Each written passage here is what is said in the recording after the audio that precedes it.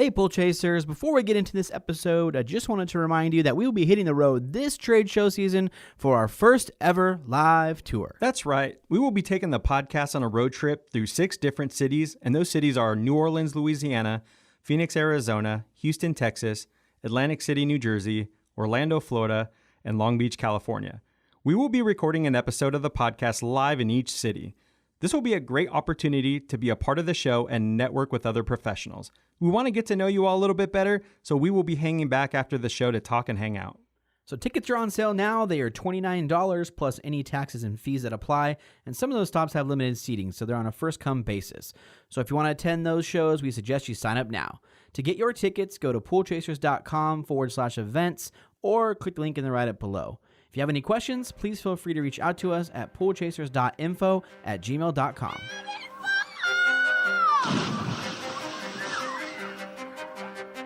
Welcome to your go-to podcast for the pool and spa industry. My name is Tyler Rasmussen. And my name is Greg Villafania, and this is the Pool Chasers Podcast.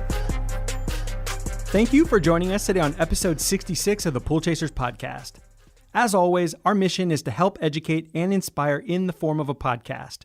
In this episode, we brought back our mentor, Michael Dennis, to the show. We wanted to get more topical with this episode and focus in on the pool service bid process. We've always respected Michael's new customer assessment process, which he shared with us years ago and thought it would be great to share with all of you.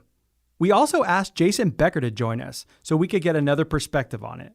We have been very impressed with the way Jason has started off his business and knew he would bring great feedback as well.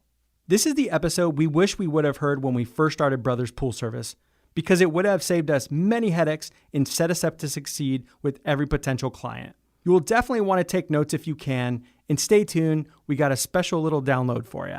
Now let's get into the episode. All right. Well, thank you both for joining us today. Michael, thank you for being with us again. Yeah, nice to be here. Thanks to you. So if you don't know Michael, he is one of our mentors. He has been for some years now, and he was also on episode 5 of the podcast a while back ago. That was a long time ago. How long ago was that? Dude, it felt like maybe like a year and a half or so. Year and a half, yeah. Yeah. So if you want to hear his story, go check it out. It's episode 5. It was a extremely good talk. Just happy to have you guys here. So we have Jason, which you guys don't know. So why don't you introduce yourself to us and the listeners? How you doing? I'm Jason Becker of Clean Science Pool Care. Pretty honored to be here. Thank you guys for inviting me. I really appreciate it. Looking to learn and grow and raise the bar in the industry. And I've been really fortunate to be in a time where you guys are a thing. Education sharing is very important to everybody, and it seems to be a change in the industry. And I'm really excited to be a part of that. And again, honored to be here. Thank you. Yeah, thank you very much. We appreciate that. So why don't you just share with everyone how you got into the pool industry? I mean, sometimes we think that people just wake up one day and they're like, hell yeah, I want to be a pool guy. I just seen so many pool guys out there, and it just looks like a real good time. And I know we have a very specific topic that we're going to talk about today that we know a lot of people are curious about and they want to know more about. But the more we can get to know you and jump into that, the better we'll be. So if you want to just maybe share your story of how you got into it, we'd appreciate it. All right. Well, originally I'm from Buffalo, New York, so I don't know if anybody knows that area. I'm a big fan, but that's the land of like 2-month pool seasons. So, are you a Bills fan? I got to say it's in my blood.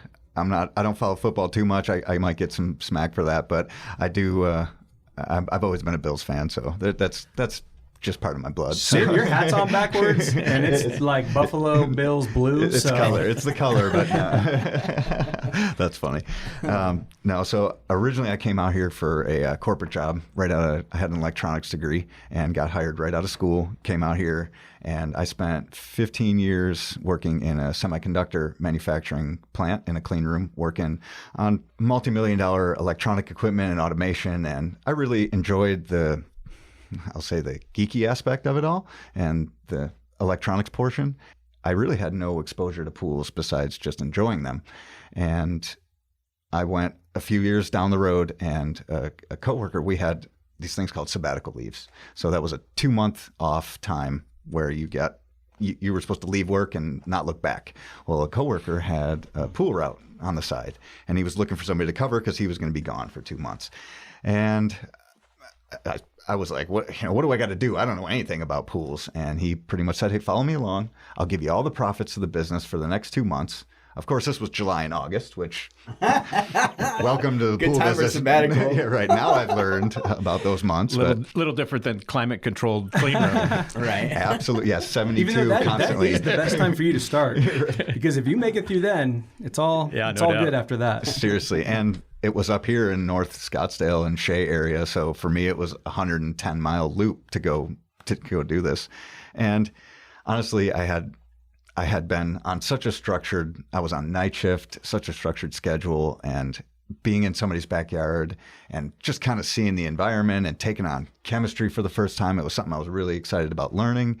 So it really kind of just sunk with me that, when I'm done with my day, I'm done with my day. I don't have to do anything else after this. Like I'm not required to be here until, just surf the web until 6 o'clock hits and then I can leave. So in that and all the literally seeing people's investments in their backyards kind of blew me away. And I had been always looking for something entrepreneurial to get involved in on the side and see where that could take me. I've tried a bunch of countless different endeavors. And I said, I'd always wanted to make $1. That was it, $1.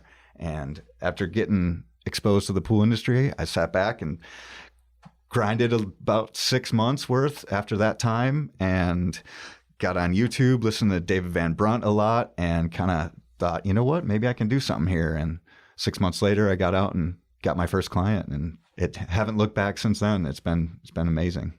That's a really cool story. Were you a pretty fast learner when it came to the automation and the electronic side of swimming pools? That was really what drove me, the learning that. So the first time I ever saw automation, that got me really excited. And then I saw a pool with single speed pump and a regular clock timer. That part blew me away. I was like, oh, this is how pools are run. Like my parents' pool back home, they don't even have a timer. They just switch it on and off. Yep. And that's it. There's nothing like that. So the automation really drew me to it all. And that's what kind of definitely sparked a higher interest that I could take this way above and beyond and be more professional. And that was great. Oh, that's much different than mine. When I first saw that, I was like, hey, Ty, what the hell is this? I like the other pool. We just came over here and flipped this thing on and it turned on. And now there's a big old box with a bunch of buttons in here. What do we do? I just texted you Michael's number and said, call Michael. This is tech support. No, this is not tech support. This is Michael Dennis. Yeah. I'm just kidding. Well, thank you so much for sharing all that with us. That's kind of a interesting transition, but we've heard a lot of people, go to college and get these degrees and then they transition from a 9-to-5 job that, you have all the insurances and all the different things that come with big kind of corporate job, and then switching into your own thing where it's like, you got to make your own future. You know what I mean? Was that pretty difficult for you to do? Yes, it was difficult, but I was kind of thrown in the mix a little different because I had started on, like I said, it was all on the side for me. So when I started, all of my mentors, anybody that I learned from, was only doing this a couple hours a week and weren't trying to boom. They had the crappy van and really didn't care too much to take care of the clients. They just were doing their bid to get their extra couple dollars at the end of the month and move on. So once I took the business on full time, or attempted to do that when I left my previous job, it was a big eye opener as to what I'm going to have to take on and really push forward to grow to something that I can self-sustain with. Right. So that's cool. What was your thought process then? What did you go from there to, like, you figured out, I want to do this and I want to do it right. So what did you look for? How did you find IPSA and these other things? Like, what did you do to take the right path? So I really, like I said, my mentors were all people who'd done it on the side, and I wanted to be more professional. And I felt like I had made that dollar with pools on the side, so that it really inspired me to take on more. And I'm like, if I can make that dollar more than I've ever done, now I want to grow and be a professional company. I want to be an industry, not so much leader at that time, but then I just wanted to make something that was something that I could have a stay-at-home mom in the family or take care of my kids and not have to worry about the W-2 perks of health insurance and all that, kind of things that are given to you, 401ks and all that. Like I really wanted to earn it. That's always been kind of my drive inside, is to earn something on my own. It's kind of funny. We were talking about skiing and snowboarding and all that stuff. I had learned that so late in life. I watched people go from scratch, not being able to stand up, to being able to jump and do rail slides and all kinds of cool stuff. So I'm like, if I can learn something fun and put myself in a position to take this business on, like I took on snowboarding and golfing, I can do this. And I had a great support from my wife. She was very helpful as far as supporting and pushing my dreams to go. And we kind of shared that. And honestly, I felt like we could do well, and we keep grinding every day with that in the back of our head. Like we can still do better. We can be more professional. And now I've learned that we can also help bring up the industry as a whole, like listening to you guys and your other people in the industry who are doing well and trying to succeed on their own, and setting the bar to a level that we create something that is just, like you said, the old stigma of being the pool guy with the flip-flops and couple drips in the pool is out the window. We want to look like professionals. I want to look like a lawyer or a doctor or a chemist or an engineer when I walk into a backyard. I want to be seen that way, and I also want to present that. That's how we want to carry ourselves. So that really has motivated me and us to grow and push ourselves beyond our comfort zones and handle fears and really take things on. Right. And it's an insane amount of work. I think we didn't, even getting into this in the beginning, we didn't realize how much work it was really going to be on the business end, on the education end. And I always liked marketing a lot. So I was so focused on that I wish that if we had gone back, would have taken more time to split that up, where it was like, half, focus on marketing, and the other half was just like tons of education.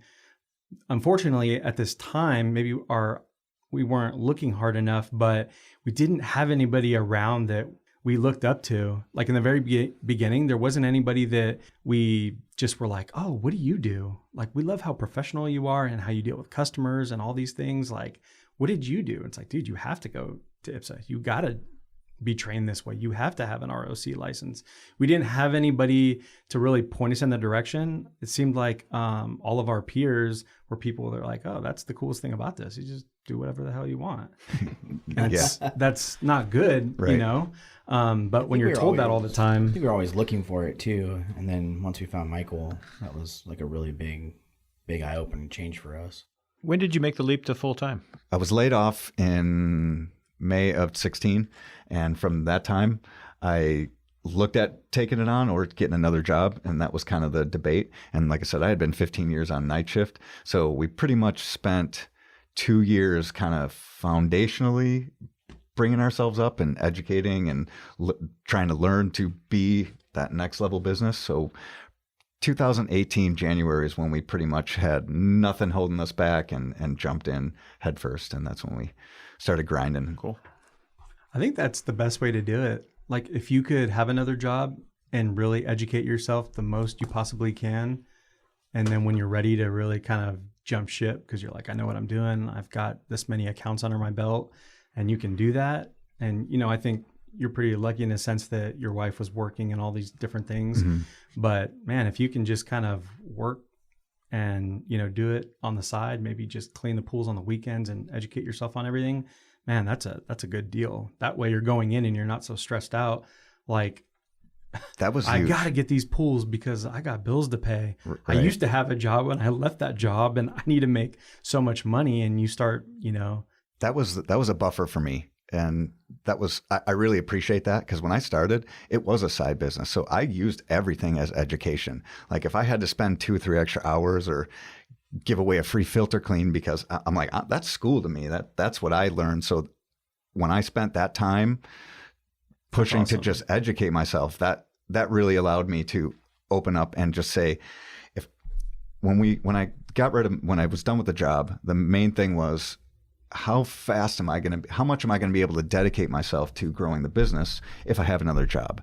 And how long would it take to just do it on the side or push to get my ROC license when I still have 40 plus hours of work to do somewhere else? That's not, I mean, it may be paying the bills and getting us, a night out to eat, but it's not really growing the business as much. So that when we transitioned to that and just kind of focused on getting our life and our priorities in line to grow the business, that's when we really pushed and kind of just helped each other align that. And once we got it set up, we pushed to grow and have not looked back. And we've grown triple-digit percentage in the last 2 years and are trying to even push even more and learn even more and try to learn from mistakes of others so we don't come across any detrimental woes in any kind of business.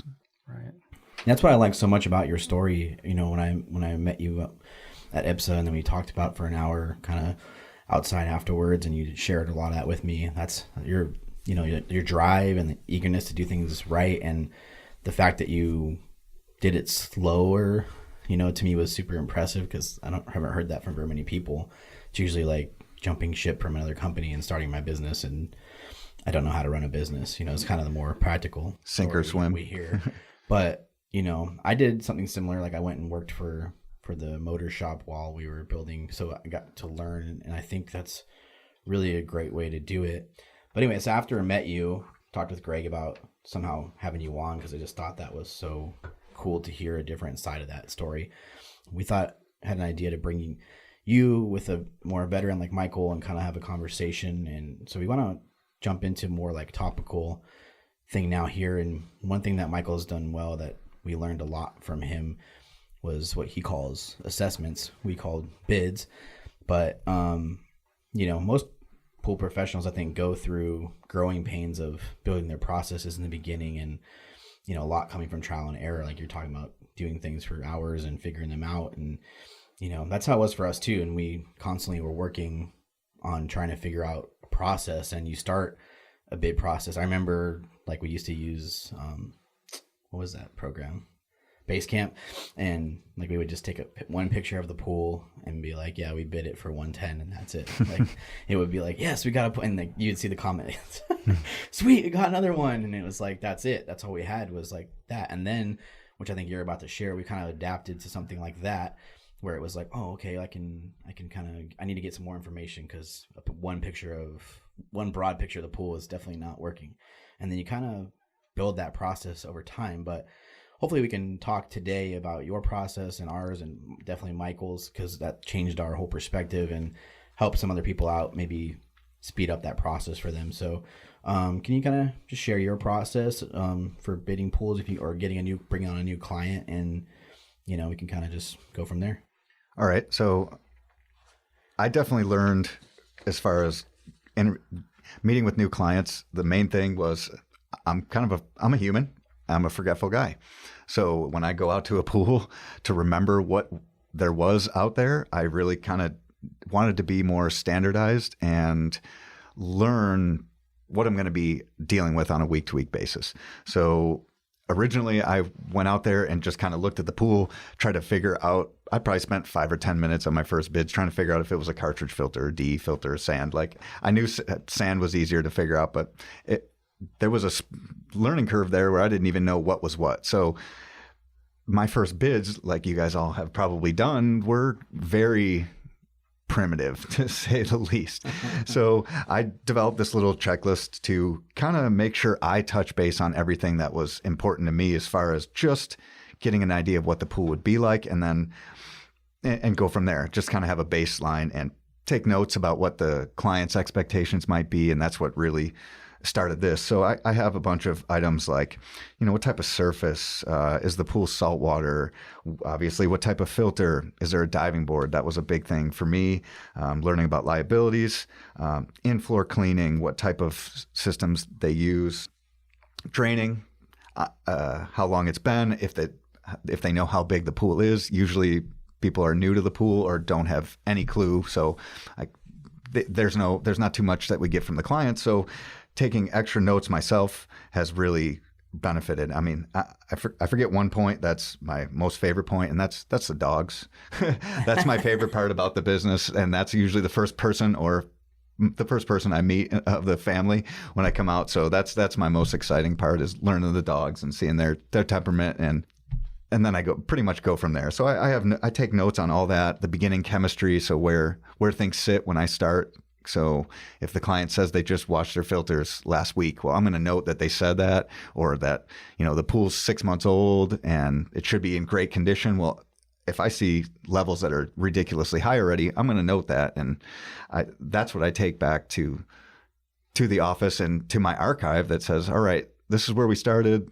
This may be some priority, or I might have to contact, another company to get you to do your next level. Maybe you want to acid wash. I hadn't done that yet. So we'll get you set up and we'll get somebody in line to take care of that. And really it's been very helpful to standardize our process. Right. Thank you very much for sharing that with us. So Jabra is constantly updating and adding new features to their software. That's one of the things we like most about them. As technology changes, so do our customers. We're happy that Jabra is always on top of it. And now for your update on what's new on Jabra. Ladies and gentlemen, and I need all of you to stop what you're doing and listen. Jabra's just released the client re-engagement campaigns. This is pretty awesome because it allows you to identify which of your clients you have not done work with recently so that you can follow up with them to get more jobs. We all know that getting work from your past clients, especially ones that were happy with your work, has a much better conversion rate than those new leads coming in. That's why Jabra has made it so much easier to identify who those clients are by running this report. They've also made it easy to run email campaigns by integrating with MailChimp so that you can follow up with these clients. So to learn more, click the gear icon in the top right corner, hit product updates, or if you're not yet using Jabra, we encourage you to do so by going to getjabra.com/poolchasers. That's getjabra.com/poolchasers, or click the link in the write-up below. So what did the initial, so when somebody called and they wanted an assessment, they wanted I keep wanting to say pool service bid. I'm trying to change my an estimate. Yeah. Way of talking. Yeah.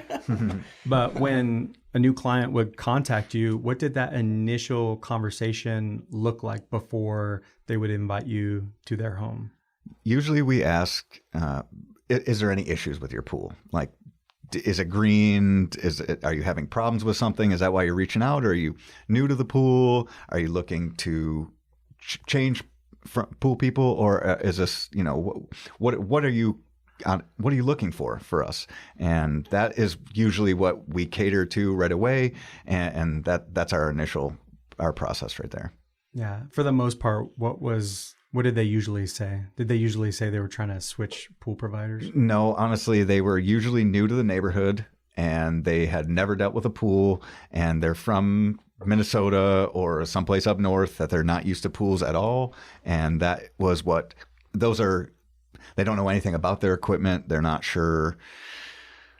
They're like, I know it's got water in it and I'd love for you to come out and show me how to use this thing. And I kind of looked at that as an opportunity to educate, learn myself, and then kind of cater what we may be able to help them with going forward. Like if they had a green pool, I know that I'm getting ready to battle something right away. If they say, oh, I'm just new to this, well, I'm kind of excited to see who's been taking care of the pool up to this point. Like how nice is it? How good the equipment is running? Is there leaks anywhere? Or does it look pristine? And I'm being shook in this beautiful backyard paradise, I call it.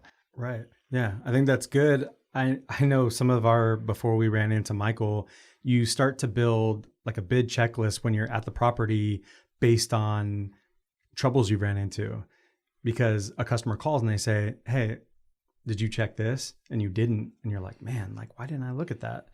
And it's like, you need to add that to the list. So over time, as you get, more comfortable in the backyard, you start building, all these things that are on your checklist. But then you start to think, wow, I need to, from the asphalt all the way to that back fence, I need to document everything, because it's crazy. Even the things that are not related to the pool are related to the pool.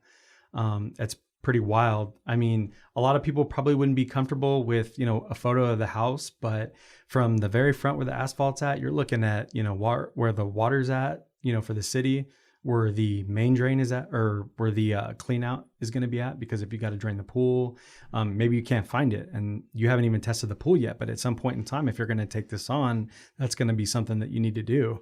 And then of course you're getting to the front, and we always looked at, just the landscape and how people took care of their things, the cars that they drove, because you can tell a lot by somebody by the way that they take care of things. You walk through somebody's house and go through somebody's house. It's beautiful. It's very meticulous. Everything is just right.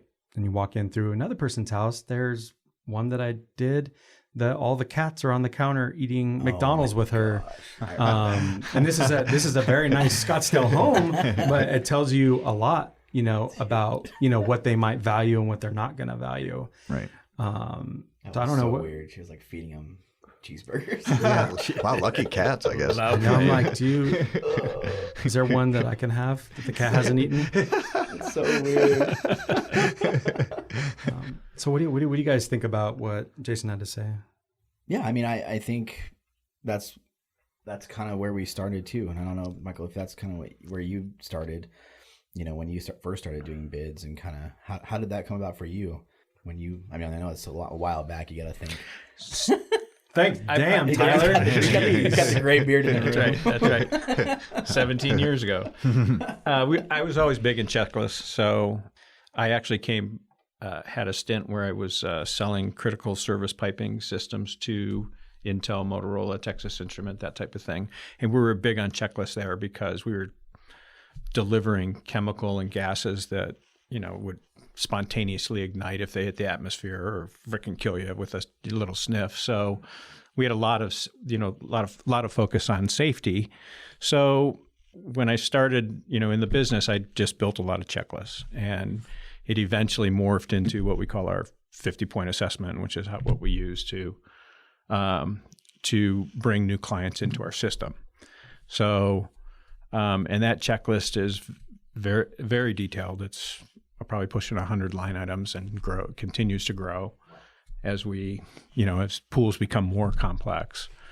And it's some of the things we touched on, right? So you definitely want to know where the sewer cleanouts are, bringing a client on, because if you can't locate them, we use a subcontractor, and it's a $300 fee to locate sewer cleanouts. So I'd rather have that conversation right at the beginning with the client, that either, we can do it now, or we can do it when we have to drain the pool, which my assessment will tell you when that's going to be. But that's going to be part of the process. Is, it's going to cost $300 to find your sewer cleanout. And then certainly critical things like safety issues, right? Cracked main drain covers, missing vac locks, those type of safety issues, gates that don't close, right? Direct access from the home, open electrical, switches, those type, anything that's a safety oriented. We definitely have a strong look at, and we want to bring those things to new clients' attention right out of the chute. So, Michael, when we first met with you and sat down with you, I think we had sent a referral to you, I think was how it initially started, but that was all based on Googling someone that takes care of high-end pools, because it was a pool that we weren't going to take care of, or knew it was over our head.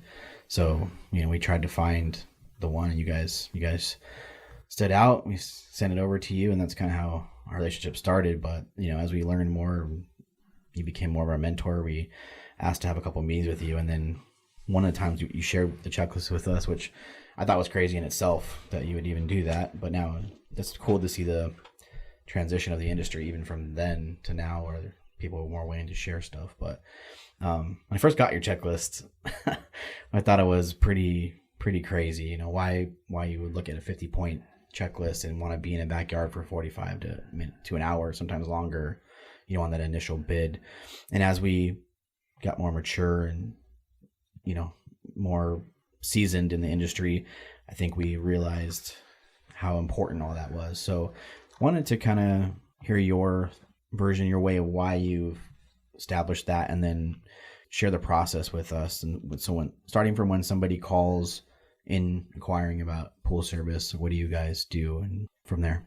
Sure. Our process is when we get a new referral, generally it's a referral. So we've been referral based for probably 10 plus years now. So one of the first questions is how did you hear about us? Because don't social media, and we don't advertise and that kind of thing. So we always want to know where a client has found us, and some will find us, Google Maps or close by and that kind of thing. But typically it's a referral. So we always want to make certain that we track that so that we know who to thank, first of all, for the referral. Which was another cool thing, because you actually called us and thanked us for it, which I thought was pretty crazy. But yeah, we can talk about that too. So we have a referral program, a whole referral gifting process. Yeah, I talked about that Super in cool. episode 5, I think. Yeah. Anyways, we continue. So, and then then my team will query the client on what they're looking for. If it's pool service, it's generally speaking, because it's a referral, it's someone that's dissatisfied with their existing service. And then if it's a repair, so we're still a warranty station for Jandy, so we do get referrals from Jandy. So then that has a whole set of questions that we have scripted. Although we don't use the script quite as much as I would like to, but that's that evolution of continually growing a business, right? Is to continue to refine. So, you kind of make that script your own, though. You know what I mean? Like you kind of write an initial script, and then it's like trying to say it in the way that you would say it. Yeah, and then also just the questions to ask, right? To make certain that you get the data. So when we're talking to somebody that's a Jandy referral, of course, then you need to know who installed it and how long has it been installed, what's the problem, that kind of thing. So we'll go through that process. And if it's somebody who is looking for pool service, then I always have our team make certain that they quote our base, what we call base fee.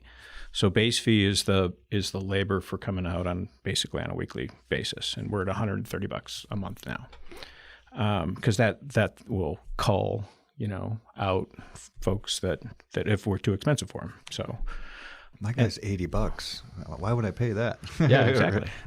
So, and if the client continues to want to move forward, then my team communicates that the CEO, Michael, will be coming out to do an assessment to set up to build what we call their service program or their maintenance program.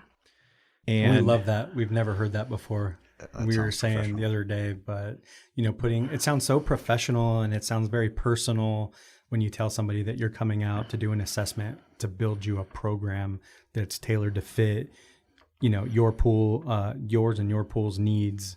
It just has a really cool phrasing for that.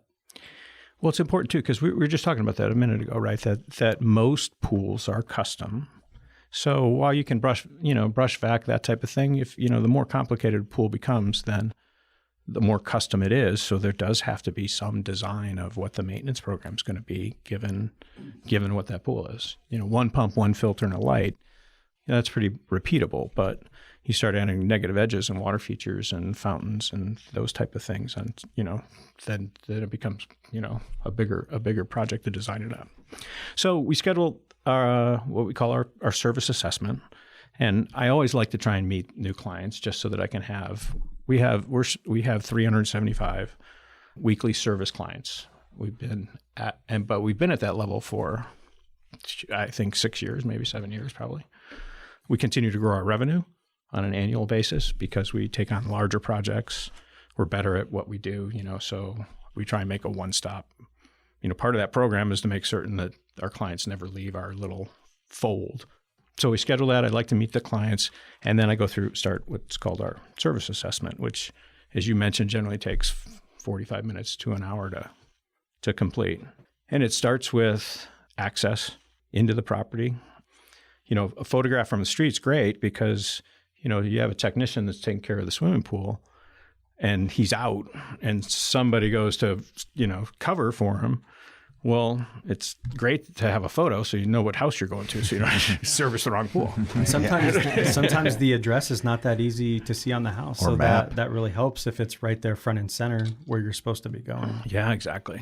So, and in that assessment is access notes, so you got to, park on the left, the west side of the house and enter through the gate, blah, blah, blah, blah, blah. We're working on trying to capture where the breaker panel is, where those services are, where the shutoff for the water is. Always inclusive of that is locating the sewer cleanouts, like we talked about a little bit earlier, that, if we're designing up a maintenance program, draining the swimming pool is generally always in that, or even if we're doing RO, we still want to dispose of the RO waste product down a sewer cleanout. And if we can't find the sewer cleanouts, then we're going to have to find them sooner or later. And that's $200 or $300 locating fee to have our locating guy come out and find the sewer cleanouts and dig them out. And then we go into gates, making certain that gates are self-latching and closing and, properly can be secured. And one of the things our assessments always generate a scope of work. So there's very few properties that I've been on that don't have some type of scope of work, repair, tune-up type of work when we start taking a client on. And it may be as simple as relatively new pool, poor labeling. Well, we're going to, part of my philosophy is to make certain that our technicians can be as successful as possible maintaining and running that swimming pool. And because we work on, higher, more complicated, pools typically, I want to make certain that everything's labeled so our technicians know this is where the hot water is coming from the heater. This is the heater bypass valve, right? This goes to the cleaning system. This goes to the vac port, whatever it is. And generally speaking, whoever has built the pool has some labeling, but it's not as intense as we like to have it. So when you do that, when you see the labeling, now this is the first time in the backyard, do you put that in the assessment for the client saying, we are going to need to, this is going to be, your first initial visit, we're going to set this up, or do you just do you plan for another, is that like something you charge for, or do you just get that set up when you find out, like say you do end up hiring the person, is that something that's, your initial visit or? Well, so there's always going to be almost always an official visit that we're going to charge for labeling. There's only so much that I do during the assessment process. So I don't like school of hard knocks, right? So I don't open up pump baskets anymore because sure as shit, I opened up a pump basket. It was below water level. I didn't realize it. Water's flying out. It's a North Star. I go to slam the lid back on, cut the O-ring, right? And they're not even my client. Yeah. So, yeah. So it's like, well, okay, so I'm not going to do that anymore. Backwashing. Don't backwash until it's your pool. Right. Yeah, that sounds like a good idea. I've left pools much dirtier than when I got there. Oh, that's a tough lesson. Looks like you need a sand change. Proven. I do try and backwash sand filters just to see if there's blowback.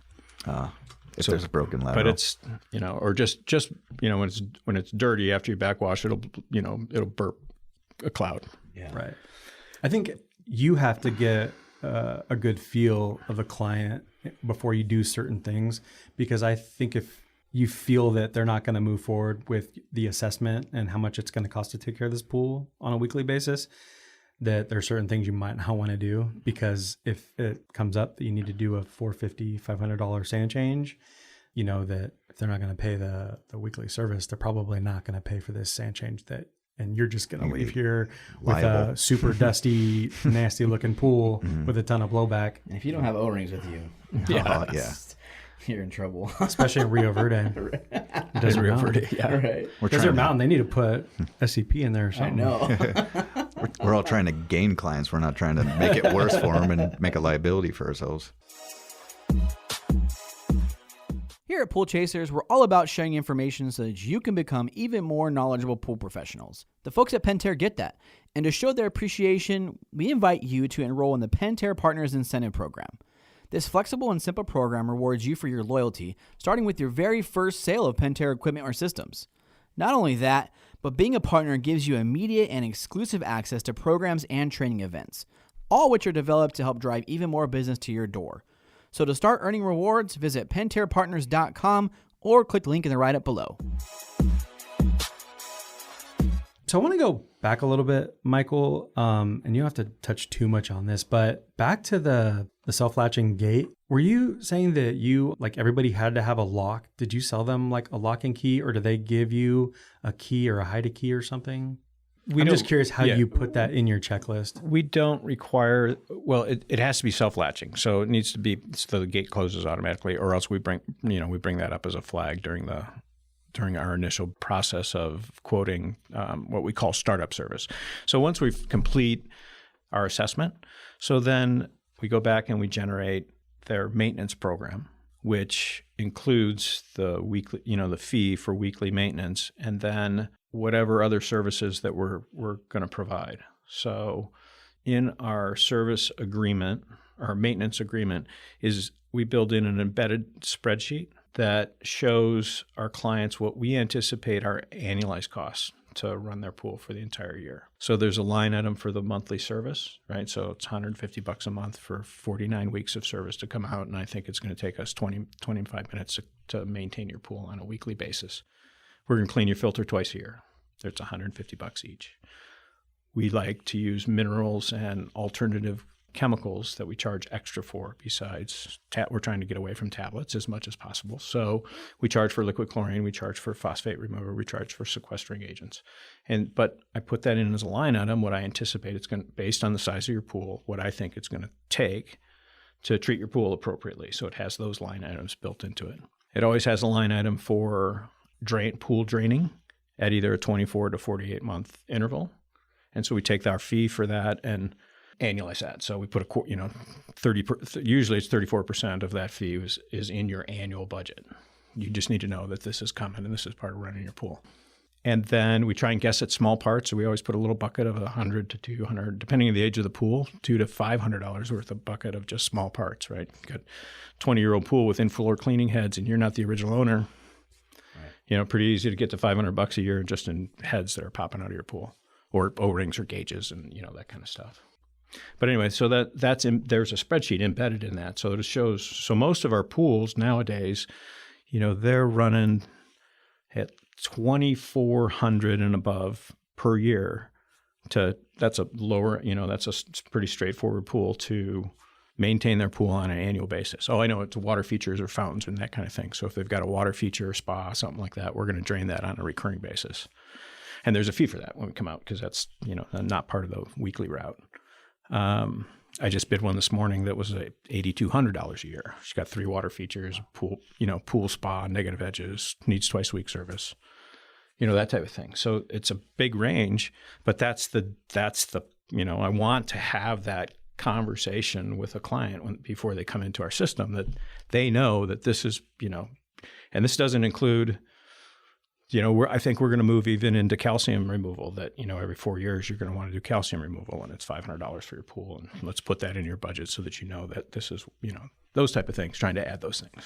Right. Well, let's go back to when you like labeling the equipment and maybe going through like chemistry and all those different things. But back to, we'll just say that you pass the fence, it's self-latching or not, you're making a note of it. Is this a printed copy you're doing this on, or is this digital? Me, I'm an old school guy, right? So it's on a piece of paper for me. Yeah. But we did that too, to be honest, because we were learning. We also adjust to our team, and we found that it was really convenient as well when it was on a piece of paper, because all the notes were on there. But could also hand it off to our office manager, could hand it off to our service manager, which is Kyle, the producer, hand it off to him, and he could actually use that as well as a reminder and go over it with the technician. So it's like, hey, got this new pool. We have the pictures up on the computer. These are all the different things. All the new O-rings, all that stuff has already been added, but this is the new pool. This is the front of the house. Just make sure that, like every single pool, right? Kyle said, they're watching you through the window. Do not forget to close the gate. Don't forget to do this. Like, put that for every single one of them. They probably got hip to it. But, just want to know. So when you get to, say, the equipment, if it's on like the side of the house before you hit the pool, are you looking at that first? What is usually the first thing that you're going to? So once we do our, and it's laid out on our spreadsheet this way. So once you do the access, so it's access, sewer cleanouts. So the things in the front of the house, take photo of the front of the house, take photo of the gate. Note whether the gate, self-latching, is there any problem with the gate? And then generally, then we go to the pool. So to the pool, an assessment of the swimming pool itself. And we have check the skimmer. Does the weir work? Is there a diverter float valve? Is the basket in good shape? Is the cover in good shape? Right. So another item, right, that safety item is you got an old, crappy deck cover, right? My second week in business, somebody left the deck lid off and client broke their ankle. Thank God I didn't get sued. But in today's world, you would get sued. And I've gone to pools where the deck, you can see a deck lid and it's cracked, right? Well, that's a safety issue that needs to be taken care of right away. Right. Are you good enough to where you're kind of naming off these things, or are you measuring them out? Because I know sometimes, you might have a tape measure with you, of course, and you lay it out so that you can see that it's, the size of it. But I do know that sometimes a lot of those things, because I always try to get a picture of the weir door, but that was sometimes hard. If the water level was a little bit high, you can't really get your phone. A tape measure in there. Can't really get your phone into the skimmer if the water's a little bit higher. But how do you document that part of it? So I can tell a U3 skimmer from a Bermuda skimmer from a PacFab skimmer. I can tell. Photos are great. But then also our team, so that goes to our senior team when they do the startup, they have stocked on their truck all those weirs. So they'll have those, the 5 pretty much standard weirs, right? Hayward, Stay Right, PacFab, Bermuda. So, I'm going to quote that you need to replace the weir. If I know what it is, which I do, or, somebody else on the team, I still haven't handed that off yet. So I'm looking to train, for assessments, but I love that. So I don't know that I'll ever give it up as long as I'm still working. Before I forget, do you at some point in the beginning ask the customer to just kind of hang back and you're going to do the assessment and it takes 45 minutes to an hour, and once you're done, you'll go over the assessment with them? Yeah, exactly. So normally I'll meet the client, I'll tell them a little bit about our company, answer any questions that I can, and then I always go, hey, I've got half hour to an hour worth of assessment time. I'd like to go do my thing, and I'll wrap on the door and when I'm done.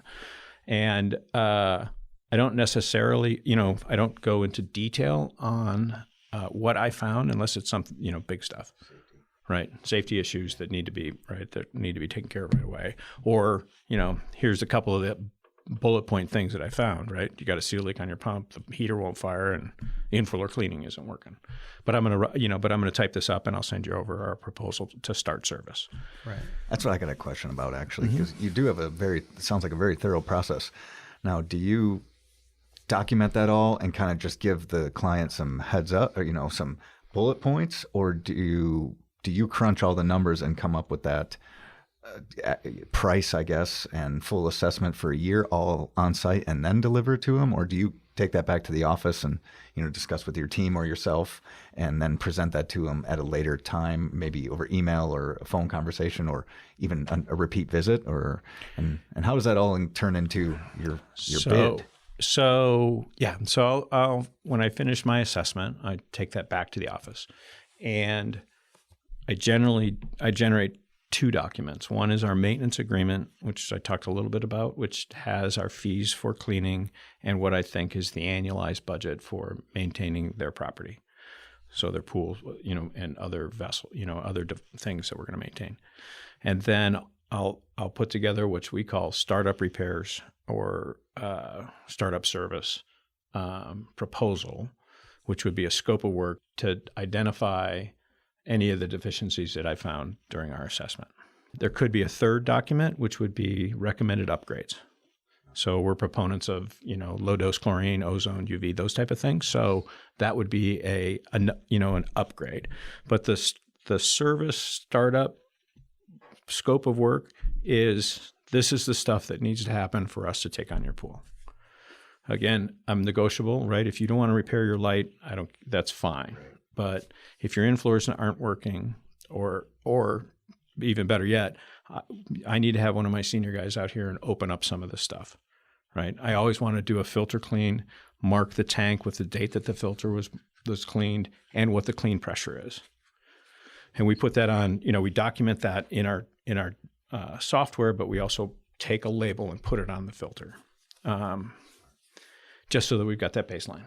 That's really cool. So you just have a dedicated team, which they do the filter cleans as well, but you have a senior dedicated team that is doing the initial startups because they're coming out there. They have all the skimmer baskets and the weir doors and O-rings, and they're fully stocked. The trucks are fully stocked with all that stuff. So if you do an assessment and the client accepts, then they will actually follow behind you with everything that needs to be done, and probably more so if they need to start opening up filters and different things like that.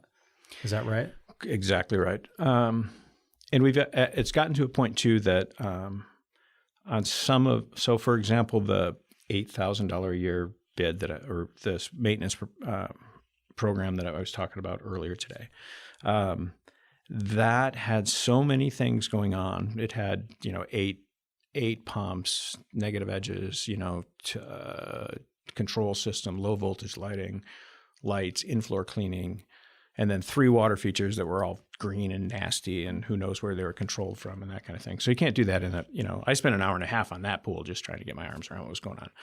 So almost always I include in those proposals that this scope of work is going to generate a second scope of work, right? So the heater didn't fire. Well, I don't know what the hell's wrong with the heater. So until we go and troubleshoot the heater, I don't know what it's going to cost, but I know it's going to take an hour and a half. So I'm going to put in my proposal an hour and a half for troubleshooting the heater, and then we'll tell you what components need to go in the heater, what needs to be done. Is it full of rats? Is it, open it up, because I'm not opening doors on heaters and things like that.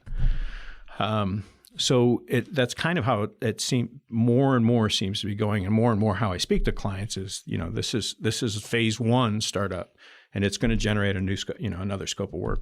I don't know. We may we just need a bulb, and we pull the light out, and it's got water in it. So that's that's going to be another scope. It's different than the fee we would charge just for doing the light bulb.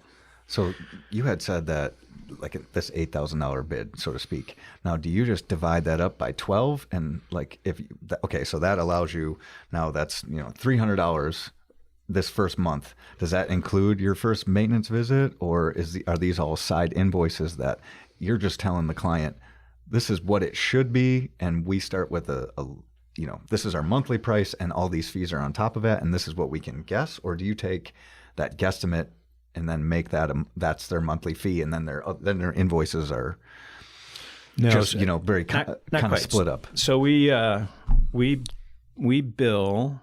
How we bill and how I communicate to the clients is, this is your monthly fee for our cleaning service. We bill in advance for that. We'll bill in arrear for specialty chemicals. So you could take these line items, divide them by 12, but it's not really quite like that, because we're charging for liquid chlorine, so there's more in the summer, more or less. Right. And we bill in arrears for those on a monthly basis.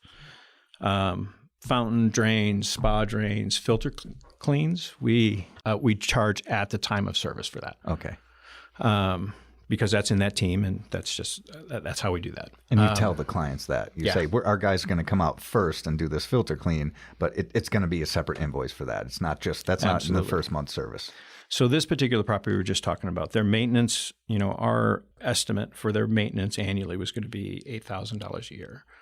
The startup service was $3,700.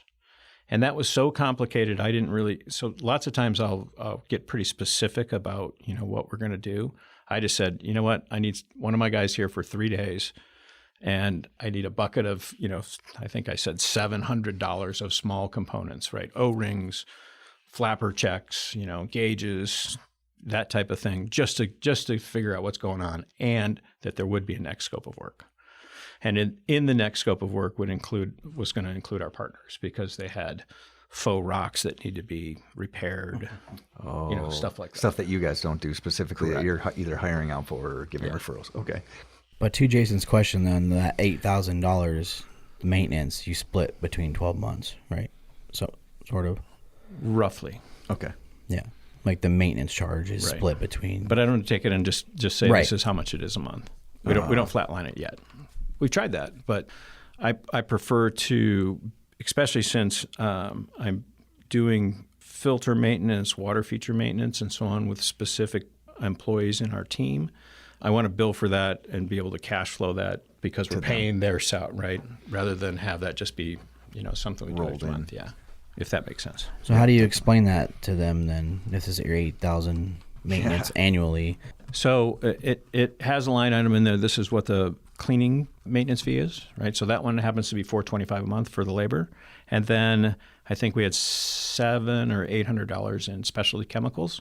So I basically said, then divide that by 12, and that's basically where we're going to be. Okay. With the exception of, right? Sure. Liquid more, chlorine. More and all liquid that. chlorine, Yeah. that kind of thing. As needed. I think the best thing is that since you are referral based, the people that are referring these new clients to you know each other far better than you'll probably ever know these clients. And if they already have this relationship with you and with the budgeting and how much things cost, I don't think they would recommend their friend to contact you if they didn't think they were going to be on board with that. And that just kind of clicked with me, where there's still people that contact me and they're like, who should I have for pool service? And for some reason, you're always the first one that pops up. And, I ask my wife, I'm like, well, let me see pictures of the pool. Yep. Like, what's their annual income? I do the look same like? thing. Like, how important is the pool? And I'm really not even trying to be funny. It's just like, do you really need to know all that? I'm like, well, it could be a good lead for you guys, but if this isn't a pool that they, take seriously, and if this isn't something that they see as an investment where in order to keep this thing going and running day in, day out, we live in Arizona. You don't get to put them you don't get to just drain it and let it sit until you're ready to use it. Like, this thing is a living, breathing thing day in, day out, every day. Doesn't change. It's so hard to explain to someone that doesn't understand that. But I see that as just being that's huge, right? These people that are referring each other, they know each other so well. They're not going to recommend you if you're just way too expensive. Like, you know what? They're not going to spend that kind of money. I don't know. You probably should look somewhere else. I don't know. Good point. Yeah. So people that are referring us know our system, right? And know how, how we work. And we try and build our reputation on, we're going to try and be on it as much as we possibly can and make certain that we keep things functioning as they should. It's great. Yeah. It's just great stuff. You're not going to recommend the burger rehab to your vegetarian friends, are you? No. Rehab burger's awesome. Sorry, I'm starting to get a little hungry. I know. Can you hear my stomach growling over the microphone? Yeah, but that's kind of the thing. When you get a referral, you're not these friends who are talking to you aren't looking for the $80 service. Or sometimes they are, and then I like your process of kind of weeding them out in the beginning. Like, all right, we're going to start here, because honestly, I'll say 100% of the time, every time I walked in a backyard, they are always asking, okay, so what's this going to cost me monthly? That's why I said, do you come back and do you tell them right now, or break it to them after you've done your assessment of their assessment to say, all right, you're going to be $200 or $400 or $600 a month, and this is why. Yeah. So in that initial phone conversation coming into the office, they're going to get at least what our minimum monthly fee is, which we're quoting right now is $130. That's awesome. So I know Megan in our office will also, talk about filter cleans also. That's part of our program. So she'll quote the $150 per, filter clean. So they're aware. Yeah. So that they at least they're not shocked. Because that's for us, that's the minimum. It's going to be a couple even a sand filter. We want to do sand filter maintenance once a year. And I explained to my clients that I want those expert eyes in our client's backyard every year. That's when we do our checklist, right? Our full-on checklist, so that clients they know, right?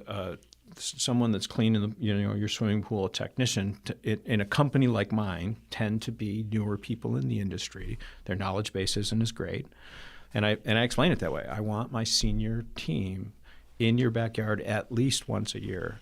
Typically, it's twice a year, so that we could do these things and make certain that we have, that we're covering our bases, that we're educating our technicians when same thing happens when I go into a backyard, with one of my techs, when I want them to have Michael eyes, keep an eye on these things, right? That's awesome. Don't let anything drip. If there's a drip, that gets reported. Yeah. We don't let things drip. Right. This is Randy Angel with Randy Angel Designs in Dallas, Texas. As a designer of outdoor living, one of the things I enjoy most is working with incredible industry partners such as Ledge Lounger. I'm always looking for new and exciting products to include in my design presentations that will set my designs apart from the competition. With Ledge Lounger's 3D files available for all their product lines, I can create my spaces around the specific pieces I have in mind for the project. From their more well-known in-water product lines to their new outdoor furniture and games, it's as easy as drag and drop, and my clients get to see my vision with clarity. And do you know what I've come to realize? The more clearly I can present the vision, the more focused my clients are on completing the project as designed. And this means an added revenue stream for my company as we complete more and more Ledge Lounger purchases. Download 3D design resources for Ledge Lounger's full collection at ledgeloungers.com/cat. You said something to us the other night about the annual budget. I didn't want to miss this part because I thought it was really interesting. Giving them an annualized budget, is really telling them the truth, right? Because someone walks into a backyard and let's say you quote $120 a month. Is it really going to be $120 a month? Probably not, right? Because you're going to be charging for chemical or however your systems are, for chemicals, for filter cleans, so you can't really throw out a number. And I think you mentioned to us, the industry does that a lot, which hinders us, right?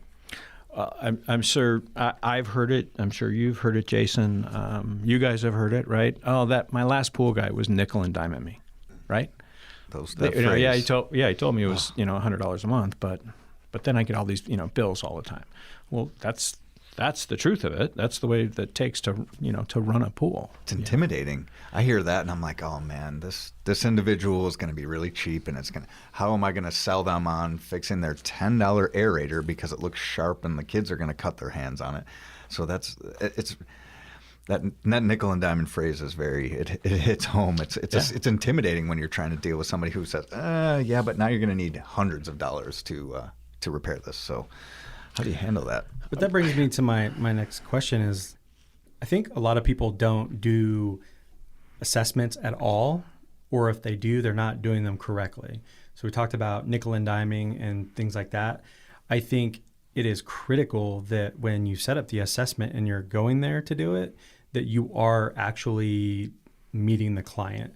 That way, I'm not saying when you're back there looking at everything, testing chemistry, that they're not sitting over you the whole entire time, but that gives you an opportunity to look at everything and then explain everything to them. That is like your one opportunity to explain everything to them. So if the nickel and diming thing, that is something that even if they didn't bring it up was something that we would talk about.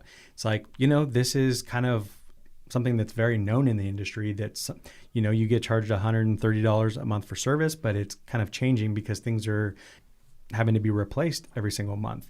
And unfortunately, that is what it is sometimes.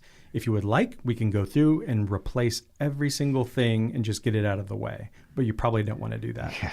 You know what I mean? But you have to talk to them like a human, though. You know what I mean? I think people talk to them as a professional, not even a professional, but they don't understand that they're talking to somebody that is getting hit with a lot. They've never had maybe a professional in their backyard explaining all these things to them, and they're just being thrown so much at them. And you're like, well, why don't you understand? It's like, dude, this is kind of a lot. Right. You know what I mean? But if you explain it to them, it's like, yeah, dude, tell me about it. I've told people all the time, like, unfortunately, pool's kind of a money pit. I got a pool myself. Yeah, I don't pay full price, but you know what I mean? But just having a little bit of fun with them and kind of breaking that barrier down a little bit. You got to do what you got to do. But, to you, Michael, like, why do you think that initial bid is so critical, or assessment?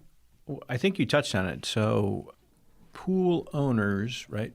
Number one, not all of them have experienced a professional in their backyard. So when I'm in their backyard, I'm a professional, right? I'm going to talk to them about all aspects of the swimming pool to the best of my knowledge, and that's why I still try and educate myself all the time, so that I can be that professional. Someone may not notice that a cracked deck lid is any big deal. Why and they shows up on the bid as a $30 deck lid, right? Well, that's because if your guests are at your house and they step on that deck lid and go through it and cuts the shit out of their leg and maybe breaks their ankle, you're right. Yes, that's going to wreck your party. A heavy enough dog runs across it, and your bank account. It's going to happen. And if you don't have that conversation with the client, this is why there's a $30 deck lid in my proposal. They just think you're right? You're just tacking on to the bill. It's a liability. Why is a gauge? There's a cloudy gauge. Why? What's the big deal? Because that's a safety thing. If that gauge is pegged at 40 and PSI and you can't see it, that's a problem. And I know it's $8, but it's all adding up in this. In our initial startup, right? Our startup service, that stuff all adds up. Or when you're talking about an annualized budget, we have a line item for small parts. It's $130 a month, but I guarantee you we're going to replace a couple $100 worth of gauges and O-rings and floats and, Weirs. Shoes on cleaners and baskets. Yeah, stuff like that. So then that lays the expectation that oh yeah, so Michael's look at it at the end of the year. Am I close? To what I said it was going to cost to run your pool for the year? Generally, I would think.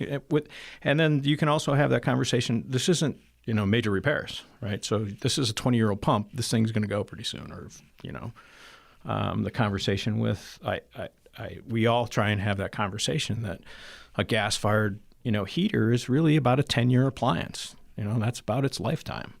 So if yours is 15 to 20 years old, and you're going to count on it, right? You're going to be entertaining and stuff like that. Then let's have a conversation that appliance needs to be upgraded at some point. Right. I was just on a client's property this last week who just bought a property. It's up in DC Ranch, has multiple vessels, probably 12 pumps, 4 filters, because it's got a big water feature, separate master spa, and then a pool spa combo and stuff. But I'm going to give the client inventory of their equipment, which is now 10 years old. And this guy's in the HVAC business, so he's somewhat aware. And it's like, what, we really should start changing this equipment out to make certain that, Thanksgiving, Friday, when you're having the big party and everybody's here from Delaware, right? That you don't have to call me. The water's in the pool, not in the side yard or the neighbor's yard. They go spark the heater and it doesn't work or whatever. Yeah, so that's detrimental too. And it's that's great built-in revenue right. So certainly when you have clients as they come in, if you look at the 20-year life, revenue potential from a client over a 20-year period. That's important. So you look at it's important to keep the clients that you want to keep around. I like that. You look at it over a 20-year, like you're going to keep this backyard for 20 years and how it's going to stay operational and yeah. So if we piss somebody off, the 20-year revenue number comes out. Because it's not, we just lost $150 a month in revenue. That's a good way to look at it. No, it's like we just lost $50,000 in revenue. I like that. That's the macro. I really right like that. Yeah, you talked about that big picture and little picture. That's a really great point. It's not just that little monthly fee. It's and the relationship with the client and something you've built up over time. Yeah, so it really makes me mad when we lose somebody I like. I'm sure. Yeah, I'm like, God, I really like that lady. Oh, yeah. How do we do that? Do you ever think that, this might be one of the last times I ever see this pool equipment? So you feel almost you're accountable for taking all the right photos and like this is the overall picture of this pool that I'm going to give to all my team, because these are the photos and notes and everything that's going to the repair division. It's going to the service technician. And because I sat in on all these different meetings and I knew that our repair guy wanted to know how far the pump was from the wall and how far the filter was from the wall, that it was like, there's photos of that angle so that you could see that there was about a foot space right here, that the concrete pad was cracked and you could see all of that. So it wasn't because we were going to do something right at that moment, but it was when game day came to replace everything or to replace just this pump or to do this thing, we knew that the equipment was 10 feet lower than the pool because there was an angle because this came up. How come there's no picture of da-da-da-da-da? It's like, noted. We'll get a picture of that next time. Got it. Yep. So when you go in here, it's like, why is there so many damn pictures? I like that. Yeah. I'll take that. Yeah. It's because you asked for 30 different things. Right. But I always thought that was the best way to look at it, is that I thought I might not ever see this again. And I'm not sure anybody that comes behind me is going to take as good of photos because nobody is an owner. And I did pool service and Tyler mostly did repair bids. So it was critical that everything was it was documented the best way possible. So when you archive those photos, would it be you that would identify what they are? Would you name them and or title them, towards the negative end, edge pump and, like that? Yeah. I mean, it got towards the end, it was labeling. So there was one that had about 5 different pumps. And as it was, at the automation panel turning on one, and it was the race spa jet, and I knew that, I would kind of, label like this pump on the iPhone would label it, this is going to this spa. There's only one spa. And so you could see the overall bird's eye view of the equipment, and you could see this pump is going to the pool, this pump is going to the spa, this pump is going over here. So you could see those different things. But it was pretty detailed because I didn't know every single little thing back there. But damn if I couldn't take the most and the best pictures. You saw every label, everything that it could possibly get, and constantly learning. So if, there was a long time ago, took a picture of a filter. It's like, what kind of filter is this? It's like, it's a mix of two. That's not the same top as the bottom. It's not the same, you know what I mean? Somebody got cheap and they didn't want to buy a whole new filter. So they ended up, replacing the top with, another manufacturer or just a different altogether top. Well, I think to some people it may sound like over the top, but back to the quality of life thing you said earlier, like that's what we had to build together to make sure we didn't work on weekends or do these things, because like a lot of people say, I don't know, I work weekends all the time, blah, blah, blah. But it's because you don't take the time to do that. If you really want weekends off, there's ways to do it. You just have to do those steps. And those pictures were developed over time and just multiple discussions between me and Greg about like, hey, I need this angle because of this, because if you don't get this angle, I have to go back out and look at what that pump is or how far away it is so that I can tell the repair guy what he needs. So that's like me going on another trip, which is another hour, which is costing us money. And then it's like, well, if I have to send a repair guy out, then it's costing us money. So like we need these shots and we need these documented so that when these things come up, like you said, on game day, it's ready and I don't have to go back out there and he doesn't have to go back there. We don't have to pay somebody to go back out there, or on the weekend, or Saturday. You don't have to go out there. You're already there. Yeah. Like, why wouldn't you just spend, even if it is another hour? To be honest, it was usually towards the end, it was about an hour and a half, 2 hours. Like I wouldn't be surprised because it was pretty detailed, and I was investing in building a relationship with these people. So I very well could be talking about military or sports or something for a good 30 minutes alone. It's like, that's too long. Like, dude, you have no idea what that just did. Yeah. You know what I mean? That relationship and that trust, and just letting them know, like, hey, if anything goes wrong, like we count on our clients to let us know if our technician is back here doing something that they're not supposed to. There's only so much that we can see. And from what we've heard and what we've seen, our team is amazing. But if something's going on back here, we would appreciate it. You respond to the report. You get a digital email report that shows a picture of the pool. It shows everything that we did, everything that we added, what time, all that good stuff. If there is an issue at all, like just respond to it. We will take care of it, but don't bottle it up. And that's all from experiences. Whatever experiences that you've had in the past, you need to utilize that. That's why we don't say failure anymore, because it's not. It's really education if you can learn from it. It's a failure if you don't do anything about it. But if you can fall on your face and forget to do something and learn from it and implement it, you're going to be so much better. That's an opportunity then. Exactly. And that's what we always did. Is like, dude, mess that up. We need to add that in, or we need to talk to our team more about that. We need to have training about that. But like I was telling you, that gets a lot more complicated when you've never done it. And you just decide that you want to do it with like a team of 5 and then 10 and then 12. And everything is mañana. Oh, we'll do it when it cools off.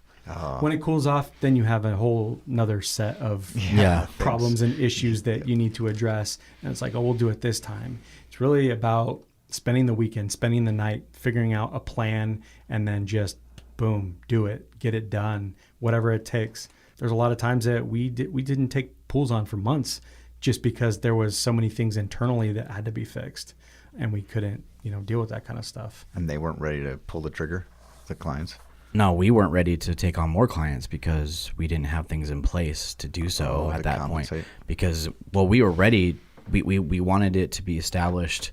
We wanted the process to be established. So we had to stop taking clients to build the process, to then flip that over and then they use the new process, and then it would actually work.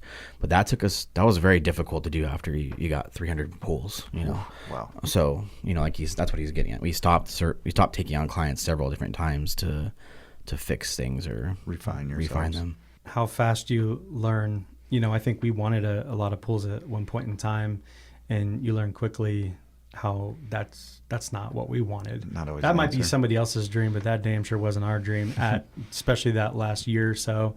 And we talked a lot with you in the beginning, and we knew that you had it figured out, but I don't know if that's quite what we wanted when we first met. I think we wanted something bigger, but we learned that is hard to sustain 1,000 pools or even, anything over 500 pools.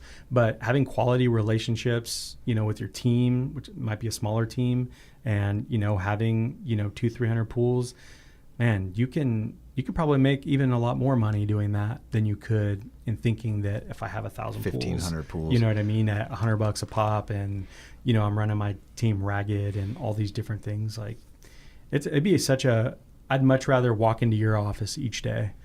You know what I mean? Because we went there early in the morning where everybody was happy and things were organized, and that was good. I can't imagine walking in somewhere where they're doing thousands of pools. It's probably madness in there, but I could be wrong. There's probably some places that are really good, but depends on how it's structured, probably. Yeah. There's companies here in the Valley that I never get a crack at their clientele, and they're big. Yeah. And that just tells you that they're, and you don't see their employees jumping ship and that type of thing. And really? That's pretty crazy. Yeah, those are the companies to benchmark, and for sure. And that's what the great thing is about this industry, is that you can really design your business how you want it, right? You can be a single operator, have a really nice life, design your business up the way you want it. I design mine to the size that I'm at, and that fits my skill set. And there's other people that can take on 1,000 or more pools and building and that kind of thing. Have you ever had that many? Have you ever had 1,000? And either of you guys? I think you guys said 400. What was your high point when you reached it and kind of said, "Whoa, we're going to pull back a little bit"? We're at it right now. Oh, really? Yeah. And that was a few hundred, right? 375 nice. Recurring clients, and then we get probably about 10% of our revenue comes from one-off, single. But most of our revenue comes from recurring, from those 375 clients. That's awesome. I mean, we used to do bids mid-route. I mean, that's how bad it used to be. We used to be get a call, oh, I got a client, and I'll look at it because I'm right here, and that bid was maybe 5 minutes, which is insane, but that's what it used to be. And I think a lot of people are out there doing that, and that's what we're trying to kind of explain. It's so much better to take the time on a different day or after you're done with your route. It's because of it's all how you kick things off. That's how we got started. And there was a little bit of kind of just being desperate. You'd just be on a bid and they would ask you to clean the pool right there. Like, sure. Does that mean you'll accept? Yeah. Do I got to sign something? I don't know. Shake my hand. Pinky promise. What are we doing here? That's what I was saying, that if you have a job that you're working and you can kind of build up the education and the knowledge and, just listening to the podcast. I mean, right here, what we're talking about, this is pure gold. This wasn't around when, Michael was getting started. This wasn't around when even we were getting started, where you're having these conversations about why an assessment is important. Anybody listening now is listening and going, holy shit, I definitely need to do that. I probably definitely need to go back to the drawing board and kind of rethink this. I didn't think that, I could actually make quite a bit more money off this assessment, but also there's a lot more. You're helping your whole entire team out. Now that you have a database full of photos and information about this pool, every single time that they have a question about an account or something that needs to be done, they can go there, and that's a good peace of mind. It goes to something as simple as, so I've 7 technicians that are cleaning pools. Well, Mrs. Jones needs a basket for her pump. All right. What's her pump? I don't know what, our technicians can't tell the difference between all the different pumps, right? Boom, jump into our database and go, oh, whisper flow, here you go. Shh. let's get How that in. sweet is that? That's so valuable. That saves so much time. Time saver and that kind of thing. Yeah. And another part of the onboarding and making, why we're so anal about bringing pools on is it's a tech killer, right? That if you go to a pool and it doesn't work and it's crap every week, that you're going to spend an hour, right, vacuuming this pool because the in-floor cleaning system isn't working. Oh, so deflating. Yeah. So, and if you're trying to build a culture and you want to take care of your teammates, right, and the people that are on your team, I want happy guys or gals around me. I want them to enjoy what they're doing.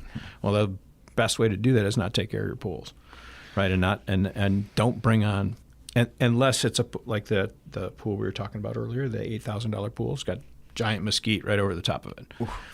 But I'm quoting it as an hour service visit. So that technician is going to, and twice a week. Compensated. Yeah, twice a week. And he's going to, it's going to be a $30 or, probably a $30, $40 stop for him.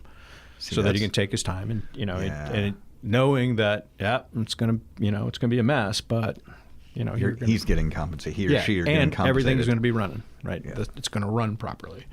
And another big thing critical. Is, don't be afraid to say no. I think one of the best things that ever happened was, and you were a part of this, Michael, was that we went and looked at a pool in Troon, and it was, the whole perimeter infinity edge. It was beautiful. And we get probably about 20, 30 minutes into this, looking at the equipment. I'm speaking with the client, and she was really kind. But I knew that this wasn't a pool that we should be taking on. Like, this wasn't something that we were ready for. I was talking with her and I was like, you know what? And I was actually kind of scared because I wasn't really sure. I'm like, dude, they're going to be like pissed at me because wasting their time. They took time out of their day to be here. And this isn't a pool that we can take on, but was just honest with her and said, you know what? This is not a pool that we feel is like we're comfortable. A lot of this we're not comfortable with. And but we do have a name of a company that this is exactly the type of pool that they specialize in. And I have their name and phone number. I can even contact them for you. And I think when you get to that point, if you can go a little bit more above and beyond, like, hey, I'll reach out to them and they can follow up with you, whatever you work out. But she was so thankful that we were just honest with her, said, dude, thank you so much. Like, really appreciate the honesty. I think a lot of other people would have tried to just take this on because it was going to be a pretty pricey pool. Just made me feel good. Not that was going to help, that was going to happen every single time, but just not being afraid to say no. Just being like, you know what? This isn't a good fit for us. This is an amazing pool and it's a huge investment. We're not ready for this. And it's not fair for us to take something on that we're not ready for, or our team. But, we have relationships with other companies around town, and that's really cool for them because they're like, "Damn, isn't this like your competition?" Be like, no, not at all. Like, we work together. We're helping each other. Exactly. Yeah. I think it's about caring. And when you go to, and you're building that relationship, and you're saying, even if you're saying our business isn't able to keep up, we still care enough that we want you to get taken care of the way that you'd like or need to be taken care of. So I think that really shows your professionalism. I've said no to a client once because the backyard would just look destroyed. When I told him, I said, I'm going to give you a real high bid here because I'll take it on, but I don't really want to because I think it's unsafe because of this, this, and this. I didn't have a group of somebody to refer at that point. I just said, I'll tell you straight up. This is a little above my scope, and I think you should have a little bit more work here, and it might be out of my hands. And I got the best compliment. He said, I really respect how you do your work, and that, if I ever need anything else, I'd love to look you up. He was out of towner, and it was his rental property here. He's from the East Coast. And it really meant a lot to me that I was able to do that. Just say no to cover myself, but also to still give him that care. Like, I don't want to show up and be disappointed when I walk up to the pool, and I want to be happy when I go in the backyard. I don't want to be disgruntled because that's a flushing toilet. That's a downward spiral that could be really. It's hard enough work anyway. Yeah, that exactly. But because of those moments, that's why you make even the phone call conversation now changes. Like, what exactly are we looking at with your pool? Mm-hmm. That's why we got to building forms where we didn't even go and look at a pool until we've seen what the pool looks like, bird's eye view equipment, that's genius. That we know what we're getting ourselves into. And not everyone can get to that point, so quickly. But that really helped so that we're not wasting your time and you're not wasting ours pretty much, because we got to the end where had so much confidence in those backyards, be like, oh, they'll be fine. No, they won't. Yeah. I'm telling you right now, my guy's not coming back here. Mm-hmm. Your dog isn't freaking locked up. Like, we ain't gonna come here. Yeah, you can't see that. It's like, really, you're gonna lose me because, like, it's almost like you care more about your team. And it's like, damn right. If we don't have them, we have no pools. Yeah. Like, that's just how it is. I like those conversations. Oh, yeah. That's awesome. Those are fun. We've had, for Kyle. Yeah. We had a dog Kyle almost got bit. I've had a little old lady, talk to us like, can you please bring us back? It's like, no means no. I've already talked to you too many times. Like, you know what I mean? Like, it's not happening. But that's what you got to go to bat for your team, and you got to show your team that you care. And we talk about this all the time, that we talk about this because we've had some of the best people in the industry on this podcast, and it's motivated us to reflect on what we did with our business. And we did a lot of things well, but there's so many things that if we could have gone back, there's so many things that we would have done different, that we would have been so much more aggressive with, and we would have been so much better with our team. Because when it's all happening, it's so fuzzy, and you're like, why are you acting this way? And why did you forget this? So much time has passed now that it's like, dude, like, that was us. They were like our kids sometimes when they act maybe a certain way. It's like, dude, you're a product of me. What you're doing right now is seriously what I do. I throw the same tantrum because of what happens. You know what I mean? Maybe not, but it's the same way. You know what I mean? If you want your team to be great, you got to make good hires, and you got to educate the shit out of them. You got to invest time in them. Just like any great job you might have had where you got like you were talking about, where you got the training that you should receive, that made you ultimately the worker that you were. Lead. Yeah, I could take off and lead with that. Gives your people their best potential. You know what I mean? So if you inspire somebody to do their best, and you know that you want their best, I feel that that's what will probably turn into your 10 and 15 year longevity with people. And I haven't experienced that yet as far as my own company. I don't have employees yet, but I learned that in the corporate world, that the people that were excelling were being taken care of. And what did they like to be taken care of? They want to be happy, they want to be compensated, and they want to be able to do their best. And if you're doing your best and people recognize that, I mean, you're bringing out the best in somebody. I mean, look, you guys doing Pool Chasers, you were just looking for education. Now you're educating an entire industry across the whole world can hear this. So, I mean, that really grows people and inspires people. And I think it's really amazing to be able to do that with someone and your team, to start with your team or yourself and then grow to your team. It's very impressive. It's powerful stuff, right? Yeah. It comes full circle too with what we're talking about, the bids, because like like you said, if you're taking on pools that they're not going to want to take care of, or you wouldn't want to take care of yourself, you're just putting down your team. And it's hurting your business. And that's why the initial bids are super, super important in that aspect too, because you just want to take on stuff and give them the best opportunity and the best shot to take care of that pool property. And then if you're not, then you're doing your whole entire company a disservice. Employees want to know that their leaders give a shit. Yeah. Right? Definitely. So the quality of clients that you take on and how you deal with them, is a feedback to your team, that I do care about you. I'm not going to bring in crap into our system, or if it is crap, we're going to fix it. We're going to take care of it and then make a lifelong customer out of that, as long as they're willing, to play. And like you said, clients that won't play, I don't think I get a lot of bad rap from clients that don't accept our offers, because I am professional, I am upfront. These are the fees. There's reasons that we charge, and I explain to our clients why. Our fees are what our fees are.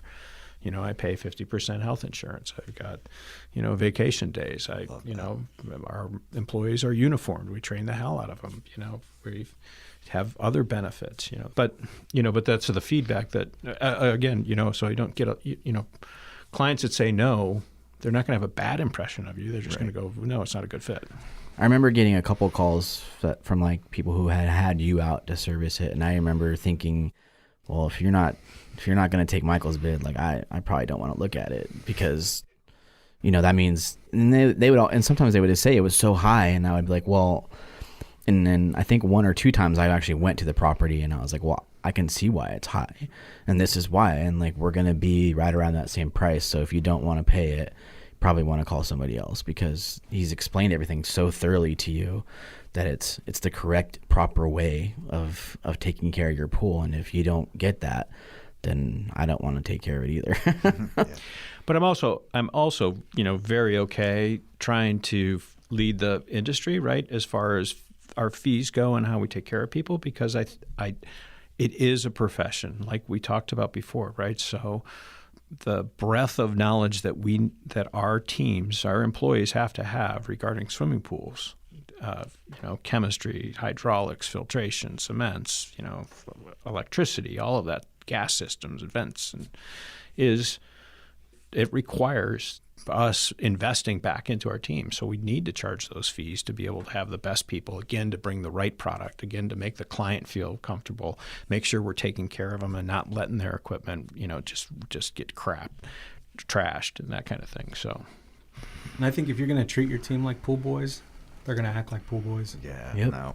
Oh, I want to pool doctors. You know what I mean? Like you were kind of saying, there's different levels. You could have, the owner who's the PhD level, but you can have a degree level of people that are that dialed into all those different areas. And then you have the people who show up with the beat up van and flip flops with the crap falling out of their vehicle. And there's going to be a different scale of education and knowledge and professionalism that is your reputation. And when it's your company, I mean, that's what keeps your clients. That's what puts food on the table and takes care of everybody. So, most definitely. So, Michael, can you share with us the charity event you put on coming up here in October? Sure. I've been involved in an organization. Well, I've been involved with Susan G. Komen for 20 plus years. We lost my sister-in-law in 2000 to breast cancer, and then in 2010 we formed our own little 501(c) called Bad Girls Do Good Thing, so that we could raise funds and donate money for breast cancer, for all kinds of breast cancer research and also outreach, and then specific care. So coming up October 18th will be our 8th or 9th year doing what we call Pool Guys Do Good Things, and it's a barbecue, silent auction, and a raffle with all the proceeds that benefit Bad Girls Do Good Things and the fight against breast cancer. And that's hosted at SCP. Those guys have done at SCP Scottsdale. And those guys have done a great job. They help sell tickets and organize stuff and let us, have the barbecue in their parking lot. And it's so much fun. It's so much fun. Yeah, great, it's a great food. You're always going to run into somebody that you haven't seen in a long time. Good conversation. I ran into a few people I'd never even met before last year, and we just hit it off and still buddies. So it was a great thing you're putting on. Yeah. Tracy's barbecuing, right? Yeah, Tracy Thornburg Enterprises, a local rep firm here, brings his trailer out and has graciously cooked for us for, like I said, for all these years. SCP pays for the food, or for the barbecue food. Bad Girls make homemade condiments and that type of thing. So there's, potato salad and baked beans, and it's all homemade, and it's really good stuff. And then all of our Jason's rubbing his tummy right now. I'm hungry. My stomach's growling. That sounds good. And then our industry has been just super generous as far as donating. The raffle has all kinds of chemicals and parts and components, and the silent auction is a pump and a control system and a couple other higher end things. So it's great. It's just a really, really fun event, and giving back is always a good thing. So I always get more out of giving back than whatever efforts go into it. So it's always good stuff. Well, thank you for sharing all of that with us, and we're very sorry for your loss. I highly recommend anybody that's in the area to come out and help support the cause if you can. We know Michael would appreciate it, and so would we. So, we have something we think is extremely valuable to any pool service professionals out there listening. We teamed up with Michael here and developed what we call a pool spa assessment checklist, aka pool service bid checklist. So you can find the link to download it in the show notes or visit episode 66 page on our website. We think about when we had Brothers Pool Service and Repair, and if there was something out there like it, we would have, jumped through hoops to get our hands on this thing. So go check it out and let us know what you think. Great. Yeah, so we'll kind of wrap it up here a little bit. Can you guys just share with the listeners how they can get in touch with you if they'd like to do so? Want to start with you, Jason? All right. Clean Science Pool Care. We're on Facebook and Instagram for the most part. I'm a little new, so it's not the most in-depth platform, but that's where we're at. So you can find us, and I'm always looking to meet and engage with people local or even anywhere, just pool industry related. Love we got some good Facebook groups here in Arizona, AZ Pool Techs, give a little shout out to them, and that kind of stuff. Facebook is pretty much the main point, so find me there. But you're new, but there's a reason we had you on here, because you're doing a lot of things right, and you hustle, and you want to run a successful business. So people reaching out is more about networking, and I think you can be a mentor for people as well. Even you've only been doing it for a few years, but for somebody that hasn't done anything, some reaching out to somebody like you in the stage you're in will really help them. Thank you. That's really inspiring. I really hope to help. That's the point of all this, and it drives me. So I'd love to help somebody new. I love interacting with people and growing. It's in the core somewhere inside, and I really love it. So that's awesome. Awesome to hear. Very honored to hear that, and I definitely love to help anybody. And we can tell. And are you in the leadership of East Valley IPSA? Is that right? Or, yes. Yeah. He's the vice president, East right? Valley vice president. Yeah. Thanks for giving back to the industry. So that is you. huge stuff. Thank you. IPSA is just a great resource for folks in this industry, and kudos to you for giving back. That's awesome. Thank you. It's been very helpful for me, and I don't really have the right words. I appreciate that. It's kind of full circle hearing this coming from you guys who are seasoned professionals. So it's really awesome to know. I'm just waking up trying to grind every day, and sometimes an 18-hour day is a little long, but giving back and helping your clients and educating people, it makes the world go around. It's really awesome. Well, you just keep being who you are, because I think when people see you, like how sincere you are and that energy that you have, that's super inspiring. You're the guy that I wish we would have ran into when we first started, because that would have been so inspiring to just be a good person, go about things the right way. And you're a perfect example of what people should aspire to be. Because with all that energy and trying to do things the right way, if we all go in that area, in that direction, we're all going to have much better businesses, and we can all float, Thank you. That means a lot. You're welcome. How about you, Michael? Sorry. Can we have your house phone number? Gate code. Probably got a nice pool.